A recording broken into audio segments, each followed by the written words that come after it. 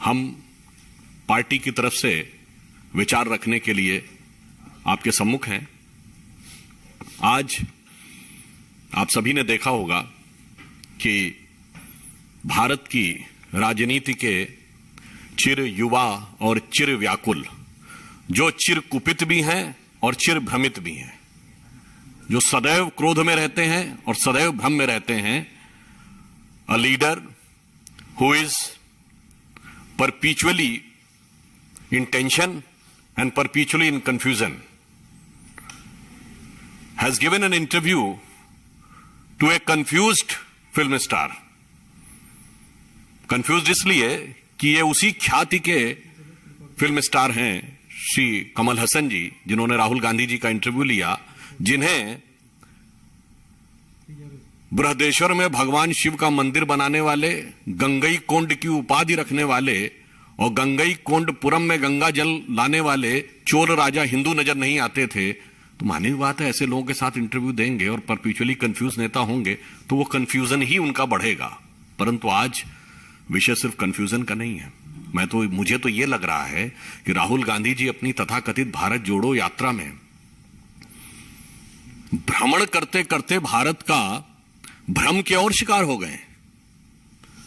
और मुझे ऐसा लग रहा है, बहुत स्वाभाविक भी है, कि वो जिस प्रकार से केरल में बीफ पार्टी वालों के साथ, तो तमिलनाडु में भारत माता को अपवित्र मानने वालों के साथ, तो महाराष्ट्र में सावरकर जी के विरुद्ध, तो गुजरात के विरुद्ध जो लोग रहे थे, ऐसे ही गांधीयंस विद गन कहने वालों के साथ रहेंगे तो मानी बात है, भ्रम तो बढ़ेगा ही। तो मुझे तो ऐसा लगता है वो भारी विभ्रम के शिकार हो गए हैं।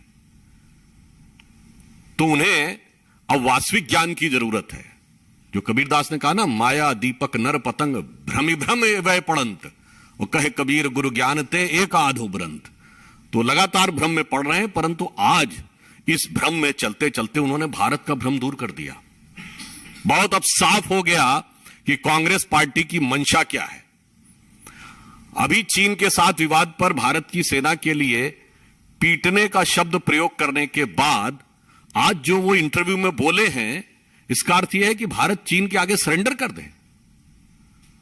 वो रूस यूक्रेन युद्ध का उदाहरण देते हुए क्या बोल रहे हैं कि रूस ने यूक्रेन का ज्योग्राफी इसलिए बदलने का प्रयास किया क्योंकि उसे लगा कि आप वेस्टर्न कंट्रीज के साथ जा रहे हैं।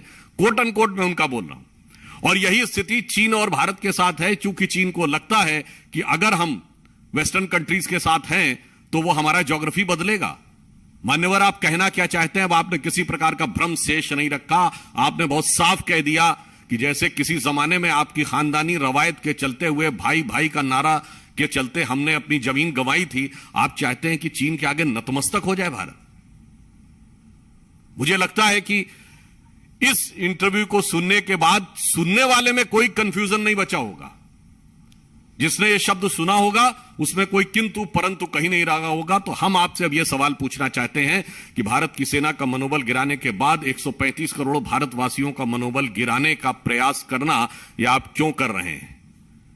चीन से मिले चंदे के दान के एहसान की वजह से कर रहे हैं, या चाइनीज कम्युनिस्ट पार्टी से हुए करार के प्यार की वजह से कर रहे हैं? और हम यह भी कहना चाहेंगे कि भारत क्या है और विदेश नीति क्या है। प्रधानमंत्री श्री नरेंद्र मोदी जी के समय में आज रूस यूक्रेन युद्ध में एकमात्र राष्ट्राध्यक्ष जो दोनों से समान रूप से बात कर सकते हैं, एकमात्र राष्ट्राध्यक्ष जिन्होंने पुतिन के सामने इंटरव्यू में यूक्रेन और रूस दोनों को धन्यवाद दिया। यमन के समय की लड़ाई में हम ही एकमात्र देश थे, 19 देशों के लोगों को हमने निकाला था। दोनों पक्ष हमारे लिए युद्ध विराम करने को तैयार थे। और आज जहां तक विदेश नीति की बात, तो मैं सिर्फ पूछना चाहूंगा, राहुल गांधी जी के अनुसंधानकर्ता लोग बता दें, आज 4-5 देशों का नाम बता दें जो चीन के साथ खड़े हों। पूरी दुनिया हमारे साथ खड़ी है, इसके बावजूद उन्हें कंफ्यूजन नजर आता है। तो उसका कारण यह है कि भारत घूमने से नहीं, भारत को अनुभव करने से भारतीयता समझ में आती है। मैं कोट करना चाहता हूं, एक बहुत बड़े चाइनीज थिंकर हुए हु शी, जो कि पीचिंग यूनिवर्सिटी के वाइस चांसलर भी रहे, यूएन में चाइना के परमानेंट रिप्रेजेंटेटिव रहे और बहुत बड़े थिंकर थे। उनका एक बड़ा फेमस कोट है India has culturally dominated and controlled China for more than 2000 years without sending a single soldier across the border.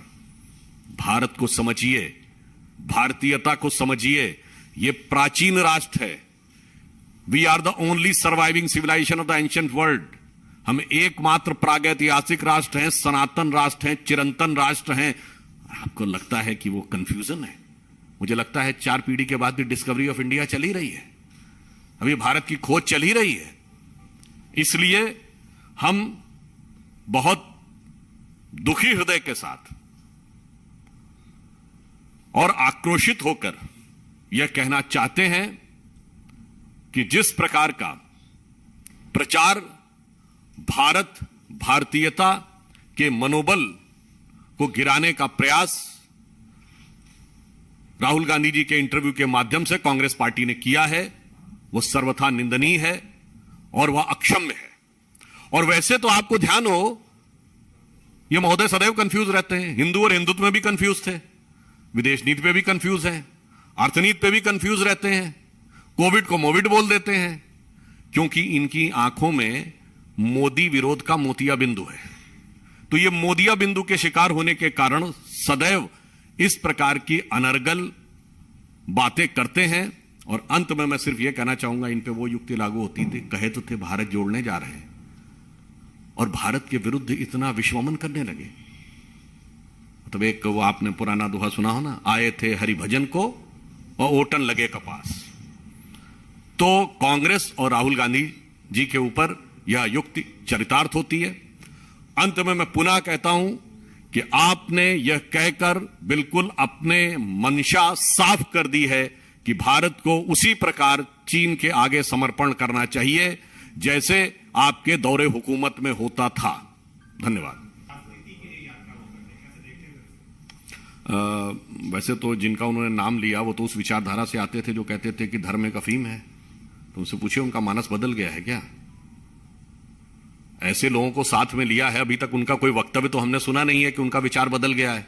हाँ, यह वक्तव्य जरूर सुना है कांग्रेस से एक वरिष्ठ नेता का कि वो राहुल गांधी के बाद सबसे लोकप्रिय हुआ है. तो पहले तो तय कर लेना कि किसका विचार सही है, मंदिर जाने वालों का या जो कहते थे कि धर्म एक अफीम है, या वो उनके कर्नाटक के कांग्रेस के कार्यकारी अध्यक्ष जो कहते थे हिंदू शब्द गंदा है, या जिसके साथ वो इंटरव्यू दे रहे थे जिसको भारतीयता और हिंदू धर्म के इतने विराट और महान शासक हिंदू नजर नहीं आते थे. The problem is a परपीचुअल confusion.